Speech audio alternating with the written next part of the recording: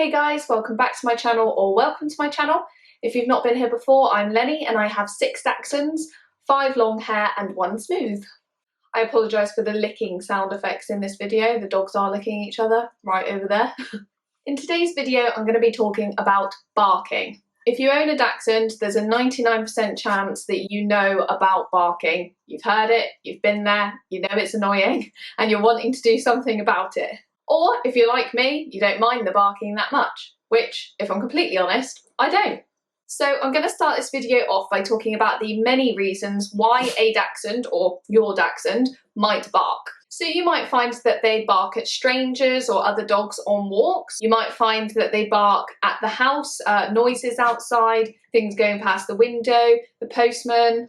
You might find they bark when visitors come round to the house, or even when people they know come round to the house that they've met various times. You might find they bark in the garden. They might just bark around the perimeter of the garden. So there's loads of times in which they might bark.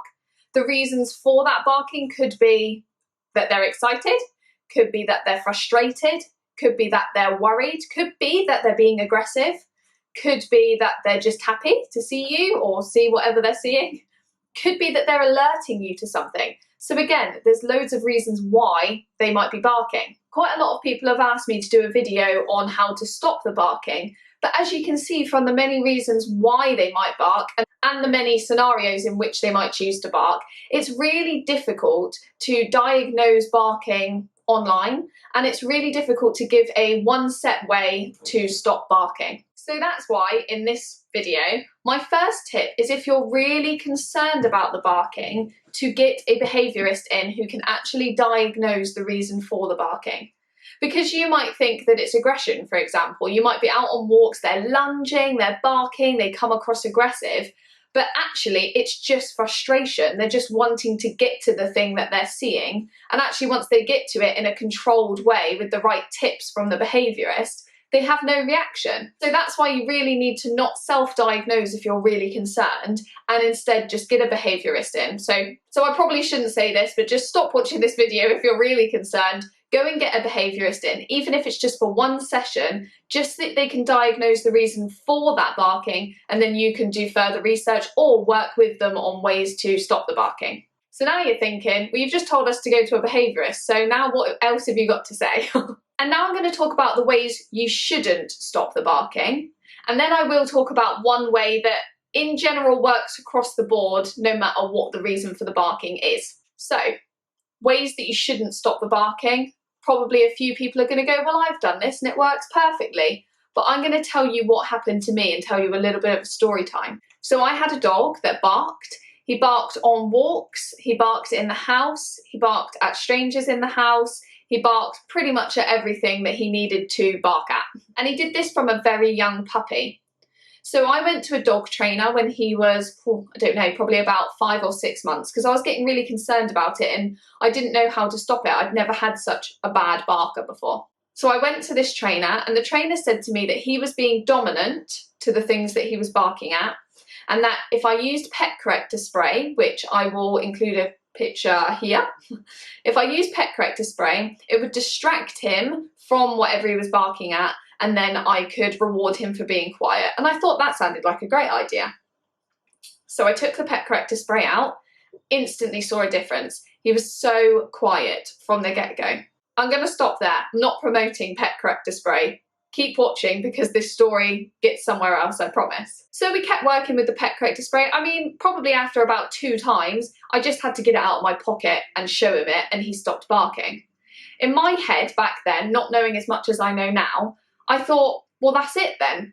That's solved. This pet corrector spray has really worked. Now let's skip forward 2 years. So yeah, I'm talking 2 years from when this happened.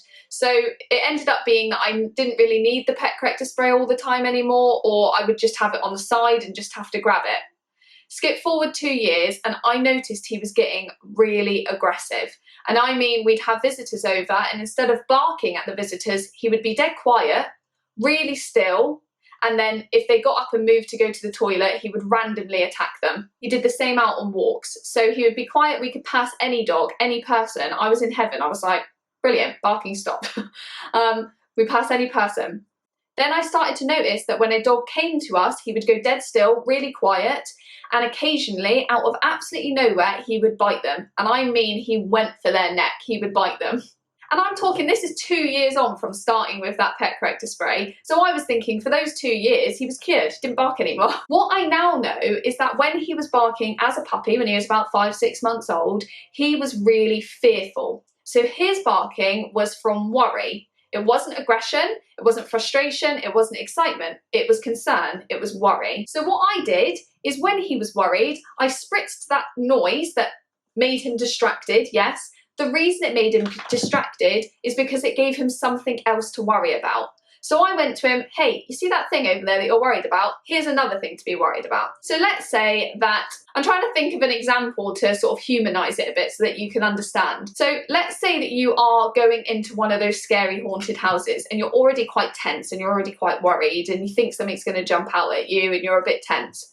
And then your friend behind you, when you go into the darkest room, goes, bah! So let's say that happens. What do? You turn around and you punch her, or you shout, you scream, you're really concerned.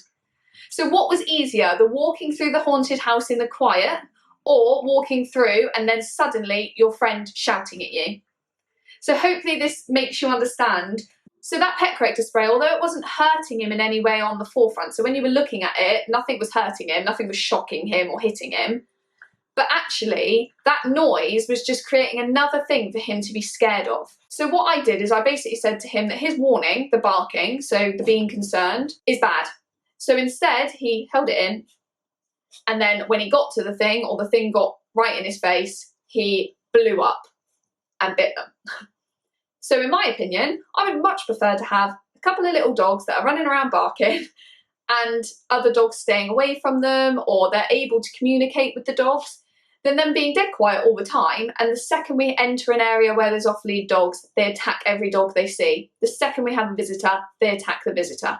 Do you see what I'm going for here? So what I'm saying is that the barking can sometimes be a way for them to communicate exactly how they're feeling. And if you tell them that barking's not okay by a correction that's negative, so like that pet corrector spray, all you're doing is suppressing that concern and that worry. You're not actually curing it. So you're just suppressing them telling you what the problem is. So one day they will explode. And I'm telling you, as I said earlier, it was 2 years on that this happened with my dog. Other versions of the pet corrector spray is things like a jar with rocks in, a water spray bottle. Some people slam things on the floor. Those sort of corrections are negative. So they're basically saying when you bark, it doesn't matter what you're barking about, when you bark, something negative happens. So let's say that your Dachshund just barks for the sake of barking, in your opinion. You might know or be that 1 in 1,000 people where the dog is barking not because they're alert or worried or concerned or frustrated, they're just barking because it's a habit. And so when you use something like water spray, stones, pet corrector, maybe it doesn't turn them into an aggressive dog. Maybe it doesn't make it any worse. But I'm not willing to risk that. So I would say never use anything that's negative. You're not treating the problem, you're not curing it, you're not helping them be happier about life. You're just suppressing any concerns or any feelings that they have. And so if those feelings are worry, aggression, frustration, anything like that, you're just going to make them blow up one day, and it's just gonna, and then you're going to be going to the behaviourist, I've got an aggressive dog, which is a hell of a lot harder to cure than a little bit of barking. And given the experience with my dog, I'm quite passionate about that. So there's not many things in Dachshund world that I 100% have an opinion on. I tend to try and understand everyone, but I really just think it's not worth the risk. So yes, they might work for 2 years, they might work for 3 years, they might work for a month, but long term, you're suppressing how they're feeling, and you're not going to build any trust. You're going to ruin any trust that you already have. So get rid of them if you've got them. So now I've talked about scenarios that they bark, reasons why they bark, what you shouldn't do. Maybe you should go to a behaviourist. And now I'm going to talk about one way that it doesn't matter why your Dachshund's barking, won't be bad for them. So you can try it. I'm not saying it's going to work 100%, because depending on the severity of their barking or the reasons for their barking, there's so many different reasons, but this is one way that is not going to be a negative to them anyway, so it's a good place to start. So I'm going to talk about reward-based distraction. So if you've watched my taking your Dachshund to a pub video, this is really similar, and actually that video will help a lot as well. So go and watch it. I'll pop a link up here or here, wherever it goes. So what you're going to do is whatever it is that they bark at, so that could be visitors, that could be strangers out on walks, whatever it is that they're barking at, you're going to try and get them before they bark by distracting them with something really high reward. So I talked about this in my last video. High rewards can be something like chicken, cheese, something really stinky, something that they don't get all the time, and that's going to be your starting point. So as much as you can, you're going to know when a visitor is going to come round, aren't you?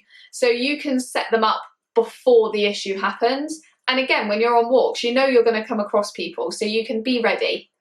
So always have this high reward on you, and always try and keep the dog away from the thing before it starts barking. When you're on a walk, don't go to the busiest place in the world if you know that they bark at people and dogs. And that doesn't matter if they bark because they're excited, frustrated, whatever. If you don't like the barking, don't go to places like that until you have control over the barking and distracting them.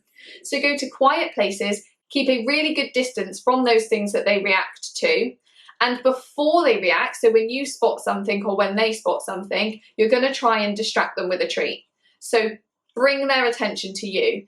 I always use the command watch, which you would have seen in my previous video as well. I just find it's a really nice instant word, nice and snappy, watch, and distract them with a treat. And let the thing pass. And then over time, get closer and closer to the thing that they usually bark at or react to, but never letting them get to the point where they're going crazy and nuts. If they do that, you're going to turn around and walk away. And then once you've got away and the reaction has stopped, then you're going to reward that. So this is about rewarding before the reaction happens. This is not about distracting them when they're already barking. Although you might need to do that, really, if they've started going nuts and barking, you need to get away from the thing, not just stand there treating them, letting them react while being fed for reacting. So you're going to try and keep a far enough distance from the thing they usually react at and reward before they get to the point that they're barking. And if they start barking, get away from the thing. When they've then calmed down, reward the calm. So this basically works in every scenario, because at your house you can keep them away from the person, so tell the person to completely ignore them and keep them as far away as you can from the person and reward the calm. There's quite a lot of tips for Dachshunds that bark at home. This is again just a really good starting point, and actually what I taught in my last video on going to the pub and the restaurant, that works for at home as well. So the settle mat and the watch command. As I said at the beginning of this video, the training tips will be changed based on the reason for their reaction and the scenario in which they're reacting. So this reward before they react is kind of an overall good way to go about it. And then if you're really concerned, obviously if it's aggressive barking in the house or you feel like they're going to bite someone, then you just got to get a behaviourist in. So I'm just going to recap that. So you're going to get a really high reward, something that they don't usually get that they are going to associate with it being really high. So cheese, chicken, ham, whatever it may be. And you're going to distract them before they react. So you're not getting really close to the problem. You're not going to go into a field and go up to every single dog and try and distract them. That's not going to work. You're going to go to quiet places, keep a far distance from the problem, and then over time, when you start to spot that they are getting more calm and relaxing, you're going to get closer. This could take weeks, months. You know, you've got to be patient. If there's one thing I've learned with Dachshunds is that they're stubborn, so you've got to be patient. And the final thing I want to say is that once you get, say, 6 months in and they don't react to anything, they're really calm, don't give up. Keep always having those high rewards on you and keep rewarding them, because you don't want it to slip back. Yes, you might forget a reward here and there, that doesn't matter. But if you try and keep that with you all the time, you're going to just keep reinforcing that. So the longer you reinforce it, the more they're going to know it. And it means that the odd time where you do forget it, there's a high chance that they're going to be so well trained and so calm and understanding of the scenario that they don't react anyway. So there we go. I've talked about pretty much everything to do with barking. If you have a specific scenario in which your dog is barking or reacting and you're not sure whether it's frustration, aggression, excitement, as I said earlier, just get a behaviourist in. You're more than welcome to pop a comment below and I will talk to you over that. And I'm going to be doing more live Q&As, so subscribe if you haven't already and pop online and we can talk over that. But in general, if you're really concerned, best bet is a behaviourist who is trained in diagnosing the reason for the barking. And if you're not concerned about it, even if it's excitement, even if it's worry, even if it's just alerting you, your best bet is to follow the tips that I talked about earlier with the high reward distraction. And please don't use a negative reinforcer or a negative way of distracting them. As I said, from my experience, long term, it doesn't work, and you're just going to ruin that trust with your dog, and potentially, if they are a fearful barker, just make them really severely fearful to the point of aggression. So yeah, hopefully this has helped with your barking, or helped you understand the barking a bit more maybe. If you've got any questions, please pop them below. My next video I'm hoping to do on separation anxiety, and hoping to do a few more live Q&As. So if you haven't subscribed, please do subscribe to this channel, comment below and like it. It really helps me out. And as I always say on these videos, it is Dachshund, not Dachshund, not Dachshund, Dachshund. Cheers guys.